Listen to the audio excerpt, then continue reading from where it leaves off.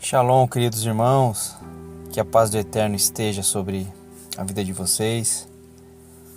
Aqui quem vos fala é André Campos, do canal Família Desperta. Queridos irmãos, nós vamos dar continuidade ao tema Evangelho das Estrelas, Astronomia e a Redenção da Humanidade. E hoje, irmãos, nós falaremos sobre a Era de Touro. Como já vimos, há uma correspondência direta entre o ciclo das eras e a história da humanidade. Quem tem acompanhado esta série tem tido essa mesma percepção.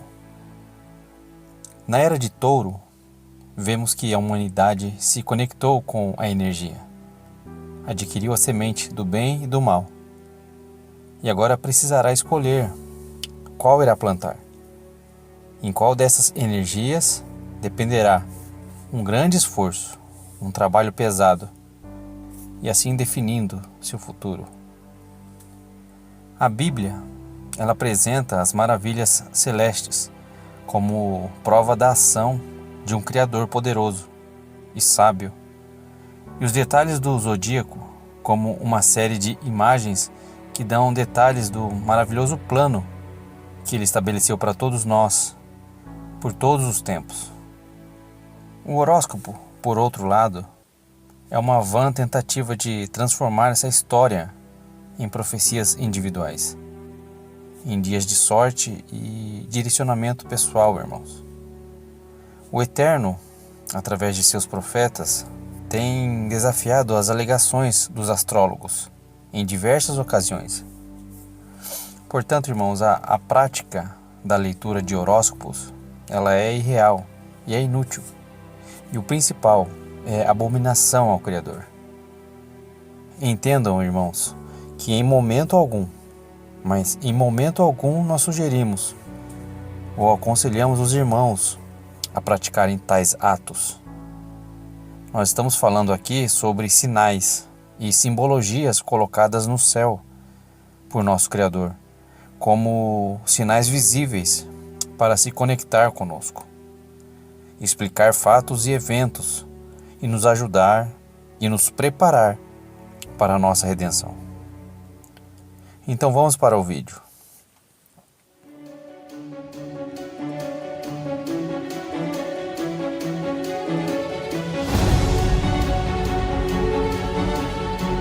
A Era de Touro.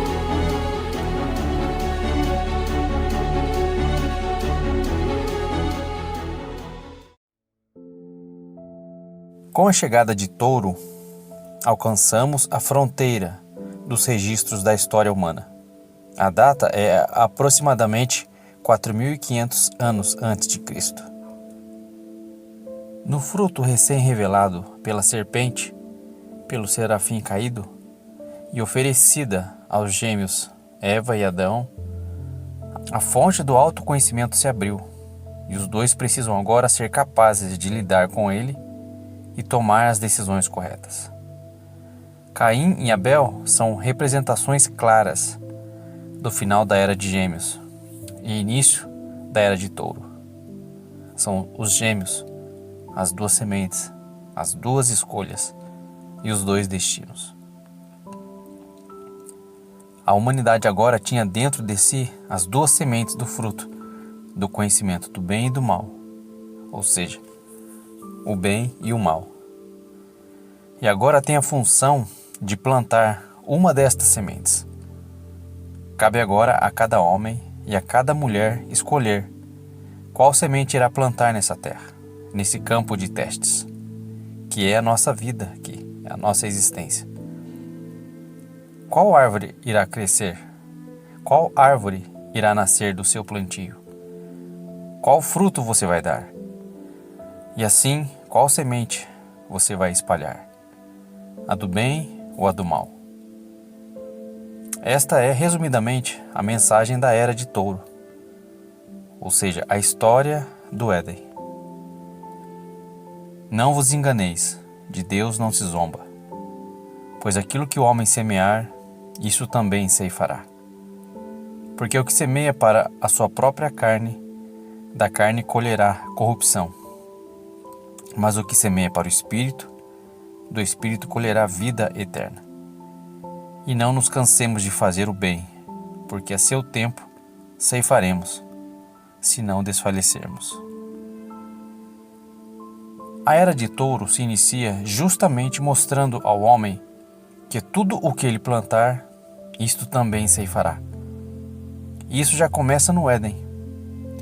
Após os seus olhos serem abertos, após ter sido exposta a uma energia que ainda não estava preparada para manipular, a humanidade agora é expulsa do paraíso, uma consequência advinda de sua desobediência ao Criador e às suas leis. Touro havia sido um touro alado. Agora, no entanto, ele perderá seu poder de voar. Os irmãos podem perguntar, nossa, mas um touro alado? Sim, os irmãos entenderão mais à frente. O touro representa uma energia, uma força, um ser espiritual. Aqui podemos fazer uma comparação entre os tipos de seres que desceram à terra. A figura do Messias, o boi, o touro, o valente trabalhador, o Salvador encarnado, que redime o seu rebanho. No meio, aparecia uma semelhança de 4 seres vivos. O seu semblante era assim: rosto de homem pela frente e face de leão à direita, em todos os 4. Face de touro à esquerda, em todos os 4. E face de águia, nos mesmos 4.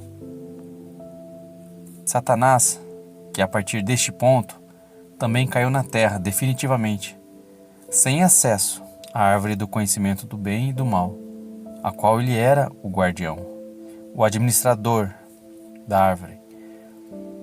Então o Senhor Deus disse à serpente: porquanto fizeste isto, maldita serás, mais que toda a besta, e mais que todos os animais do campo.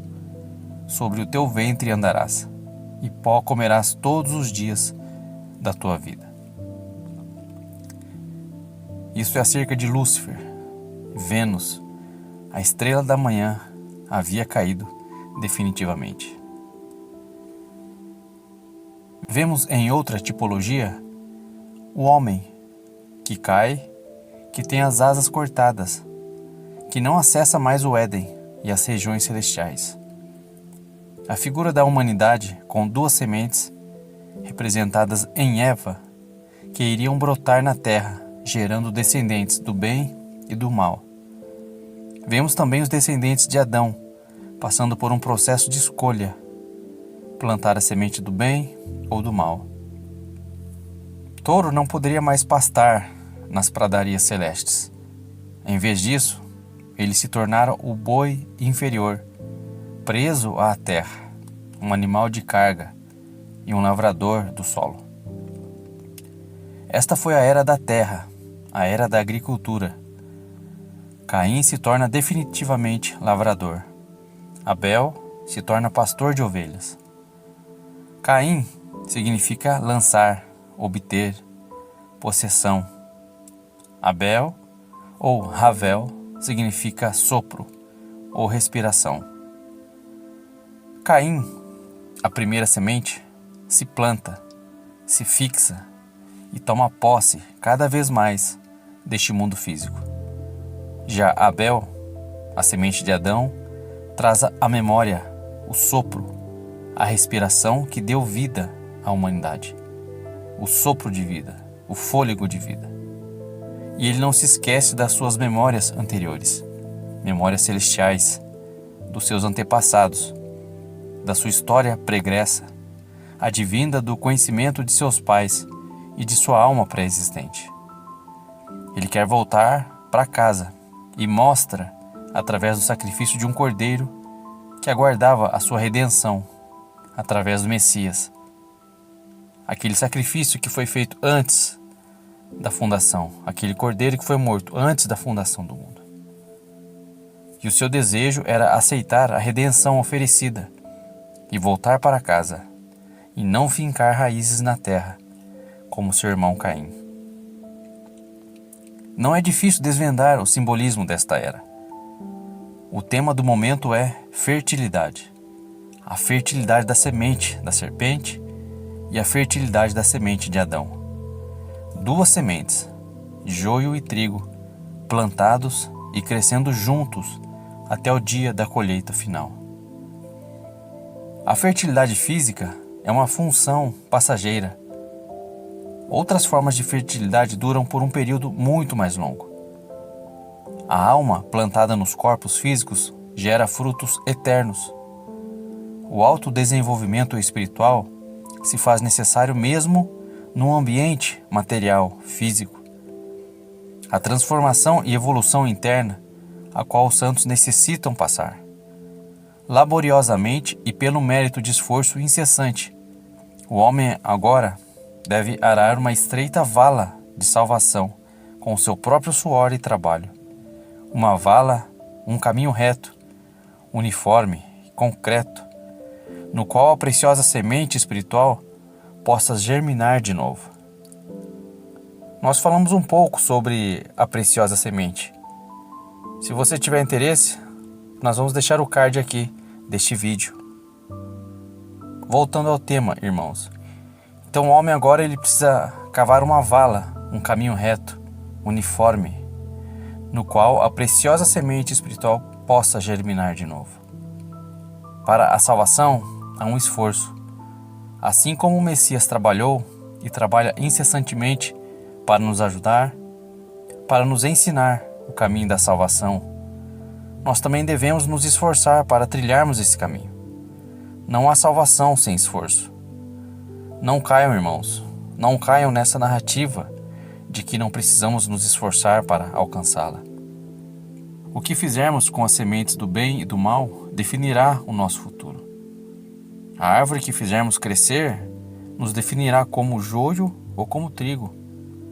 E os frutos dessa árvore, da nossa árvore, do nosso livro da vida, definirão o nosso destino. Sempre impelindo-o.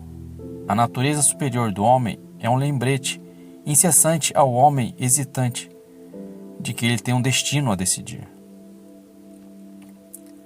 Sucedeu então uma era própria para esforços prodigiosos, para o trabalho hercúleo, para o alto sacrifício a um nível até então desconhecido, tanto na esfera física quanto na esfera espiritual. A alma sendo redimida por meio de esforço físico. E a Adão disse: porquanto destes ouvidos à voz de tua mulher, e comeste da árvore de que te ordenei, dizendo, não comerás dela. Maldita é a terra por causa de ti. Com dor comerás dela todos os dias da tua vida. Espinhos e cardos também te produzirá, e comerás a erva do campo.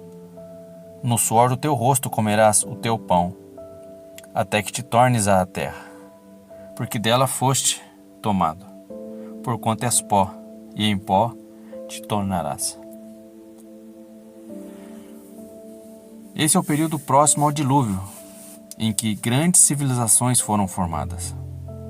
Nimrod e a Torre de Babel fazem parte deste período em que homens, ao plantarem a semente do mal, se viram afrontando ao Eterno. Monumentos faraônicos, como as pirâmides e as esfinges no Antigo Egito, são expressões da Era de Touro, pródiga em construções sólidas e resistentes ao tempo.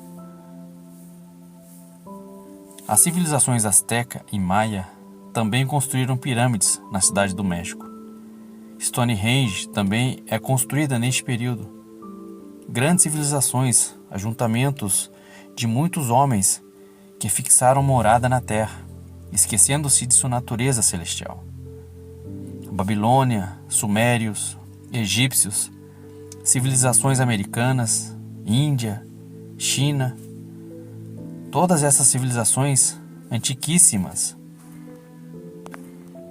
Além disso, os anjos caídos, além de gerar descendentes através das mulheres, ensinaram muitas coisas aos homens, como sabido pelas culturas antigas, inclusive pelos hebreus. Textos narrados, por exemplo, no livro de Enoque e no livro dos Jubileus. Havia naqueles dias gigantes na terra, e também depois, quando os filhos de Deus entraram as filhas dos homens, e delas geraram filhos. Estes eram os valentes que houve na antiguidade, os varões de fama. E estes ensinaram o uso de cosméticos.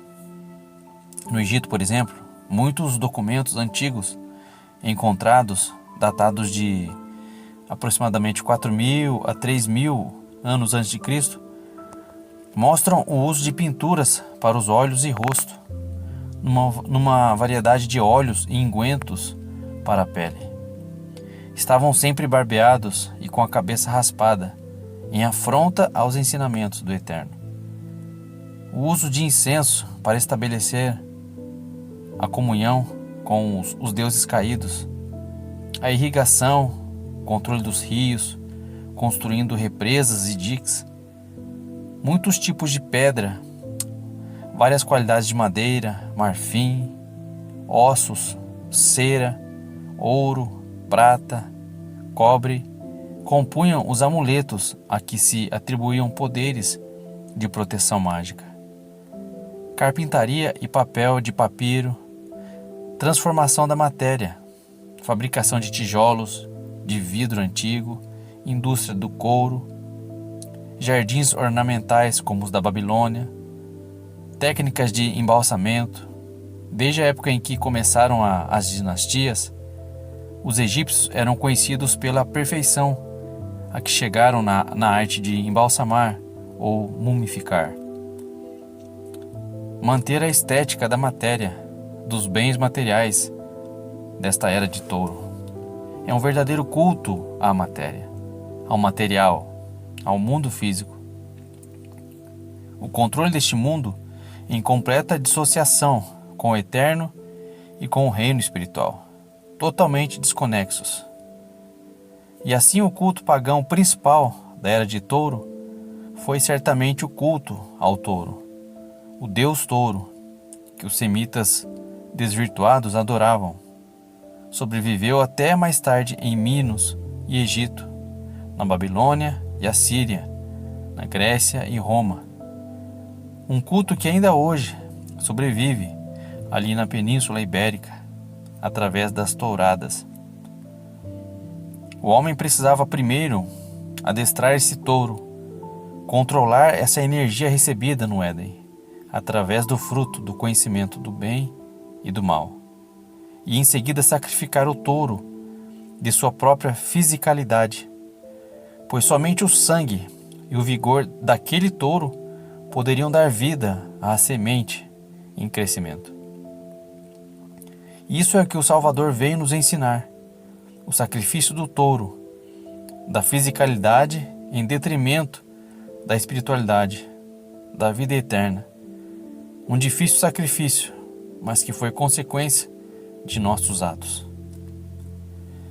Na verdade vos digo que se o grão de trigo caindo na terra não morrer, fica ele só, mas se morrer, dá muito fruto. Quem ama a sua vida, perdê-la-á, e quem neste mundo aborrece a sua vida, guardá-la para a vida eterna. Se alguém me serve, siga-me, e onde eu estiver, ali estará também o meu servo. E se alguém me servir, meu Pai o honrará. Então disse Jesus, Yeshua, aos seus discípulos: Se alguém quiser vir após mim, renuncie-se a si mesmo, tome sobre si a sua cruz e siga-me. Porque aquele que quiser salvar a sua vida, perdê-la-á. E quem perder a sua vida por amor de mim, achá-la-á. O sol vivo, o Salvador da humanidade, o símbolo da redenção, primeiro deveria dominar o físico, adestrar a sua natureza humana e em seguida matar o touro cósmico. E sintonizando-se com o Messias, o homem deve fazer dele, do Messias e de suas atitudes, o símbolo sagrado para a redenção de sua alma. Mas a todos quantos o receberam, deu-lhes o poder de serem feitos filhos de Deus, aos que creem no seu nome, os quais não nasceram do sangue, nem da vontade da carne, nem da vontade do varão, mas de Deus. E o Verbo se fez carne e habitou entre nós, e vimos a sua glória, como a glória do unigênito do Pai, cheio de graça e de verdade. Era natural à humanidade neste momento acreditar que havia um Deus touro pastando em algum lugar lá fora, em meio aos prados do cosmo. Um Deus que iria redimir a humanidade. Mas muitas culturas se desvirtuaram e ousaram a encontrar esse Deus no paganismo. Outras consideravam a redenção sem qualquer esforço real de sua parte. Acredite, irmãos, esta mensagem de salvação sem esforço não é de agora. Um sacrifício expiatório, um Salvador nos foi dado. O povo que andava em trevas viu uma grande luz, e sobre os que habitavam na região da sombra de morte resplandeceu a luz. Tu multiplicaste este povo, a alegria lhe aumentaste. Todos se alegrarão perante ti, como se alegram na ceifa, e como exultam quando se repartem os despojos. Porque tu quebraste o jugo que pesava sobre ele, a vara que lhe feria os ombros, e o cetro do seu opressor, como no dia dos midianitas. Porque toda a armadura daqueles que pelejavam com o ruído, e os vestidos que rolavam no sangue serão queimados, servirão de pasto ao fogo. Porque um menino nos nasceu, um filho se nos deu, e o principado está sobre os seus ombros, e o seu nome será Maravilhoso, Conselheiro, Deus Forte, Pai da Eternidade e Príncipe da Paz. Do incremento deste principado e da paz não haverá fim, sobre o trono de Davi e no seu reino, para o firmar e o fortificar em juízo e em justiça, desde agora para sempre. O zelo do Senhor dos Exércitos fará isso. O touro, ou o boi, é um animal muito útil no campo. Ele serve para carregar carroças, cangas, arar a terra, debulhar o milho, fazer trabalhos que para o homem seriam mais difíceis de serem executados. Além disso, sua carne e o leite da vaca servem de alimentos para nós. O touro é um animal que literalmente serve. E a figura deste era fundamental para trabalhar em favor do homem. O touro, neste caso, é visto como um servo. Quando vemos essa faceta de Cristo como um boi ou um touro, devemos associar sua figura como alguém que serve. Vemos Cristo como o Filho do homem, que não veio para ser servido, mas para servir. Veio para carregar o nosso jugo e tornar os nossos fardos mais suaves. Em João 13, vemos Yeshua lavando os pés dos discípulos, mostrando e nos ensinando que devemos servir uns aos outros. Entretanto, é no Evangelho de Marcos que podemos ver mais claramente em Jesus um servo sofredor. Quem quiser ser grande, que sirva a todos. Pois o Filho do Homem não veio para ser servido, mas para servir e dar a sua vida a muitos. Marcos enfatiza a sua morte, seu sofrimento. E a partir do capítulo 11 até o último capítulo, Marcos aborda apenas a semana da crucificação, de sua entrada em Jerusalém à ascensão de Jesus. Era necessário que o Filho do Homem sofresse muitas coisas, fosse rejeitado pelos anciãos, pelos principados sacerdotes, pelos principais sacerdotes e pelos escribas, fosse morto e depois de 3 dias ressuscitasse. Esse evangelho mostra que o Filho de Deus está disposto a sofrer por seu povo. Marcos mostra um Jesus que está disposto e que é capaz de ajudar aqueles que estão em extrema dificuldade. Yeshua assumiu a face de boi, de touro, este animal forte, manso, útil, serviçal e obediente. Ele aceitou, tomou, suportou e levou as cargas leves ou pesadas dos filhos do Eterno, sem se queixar jamais. Naturalmente, o mesmo destino recaiu sobre o símbolo da era subsequente, pois nos calcanhares de touro vinha Áries, o carneiro. O trigo simbólico havia brotado. Assim também os pastos verdes, as campinas do Espírito. No entanto, o joio também havia brotado, a semente do mal, do maligno. A próxima tarefa cósmica do homem, ele devia alimentar-se. Alimentar-se de qual fruto? Alimentar-se da verdade ou da maldade que crescia em sua alma? As ovelhas podiam pastar, os rebanhos deviam fortalecer-se, joio e trigo crescendo juntos. Mais adiante haveria tempos de provação. O trabalho de base havia sido feito, o solo cavado.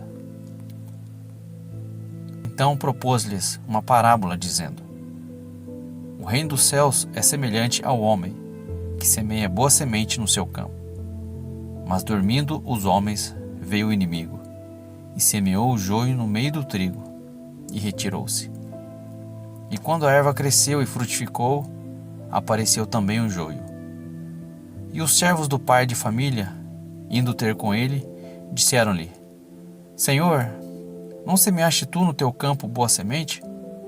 Por que tem então o joio? E ele lhes disse: Um inimigo é quem fez isso. E os servos lhe disseram: Quereis, pois, que vamos arrancá-lo?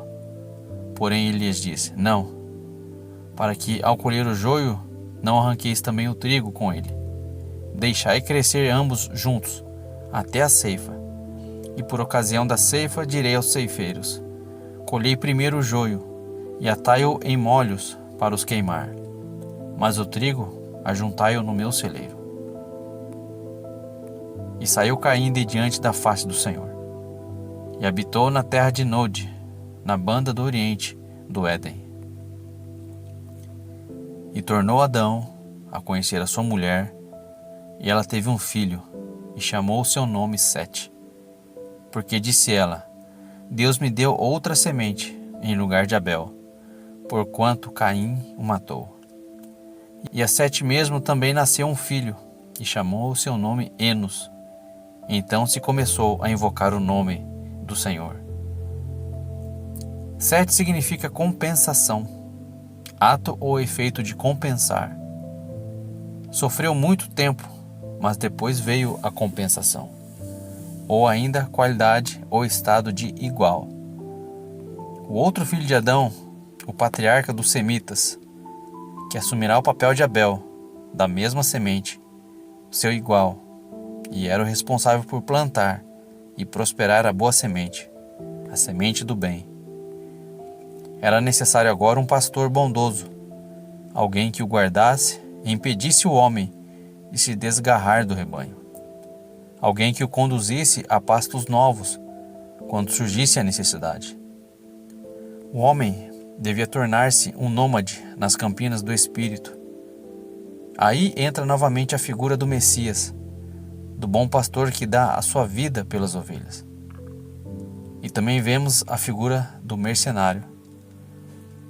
Na verdade vos digo que aquele que não entra pela porta do curral das ovelhas, mas sobe por outra parte, é ladrão e salteador.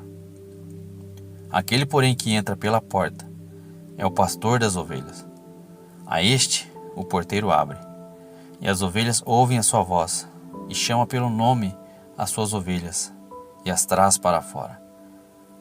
E quando tira para fora as suas ovelhas, vai adiante delas, e as ovelhas o seguem, porque conhecem a sua voz.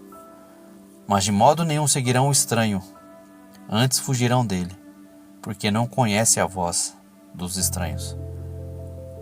Jesus disse-lhes esta parábola, mas eles não entenderam o que era que lhes dizia. Tornou, pois, Jesus a dizer-lhes: Em verdade vos digo que eu sou a porta das ovelhas. Todos quantos vieram antes de mim são ladrões e salteadores, mas as ovelhas não os ouviram. Eu sou a porta. Se alguém entrar por mim, salvar-se-á, e entrará e sairá, e achará pastagens. O ladrão não vem senão a roubar, a matar e a destruir. E eu vim para que tenham vida, e a tenham com abundância. Eu sou o bom pastor, e o bom pastor dá sua vida pelas ovelhas. Mas o mercenário e o que não é pastor, de quem não são as ovelhas, vê vir o lobo e deixa as ovelhas e foge, e o lobo as arrebata e dispersa. Ora, o mercenário foge, porque é mercenário, e não tem cuidado das ovelhas. Eu sou o bom pastor, e conheço as minhas ovelhas, e das minhas ovelhas sou conhecido. Assim como o Pai me conhece a mim, também eu conheço o Pai, e dou a minha vida pelas ovelhas. Ainda tenho outras ovelhas que não são deste aprisco. Também me convém agregar estas, e elas ouvirão a minha voz, e haverá um rebanho e um pastor.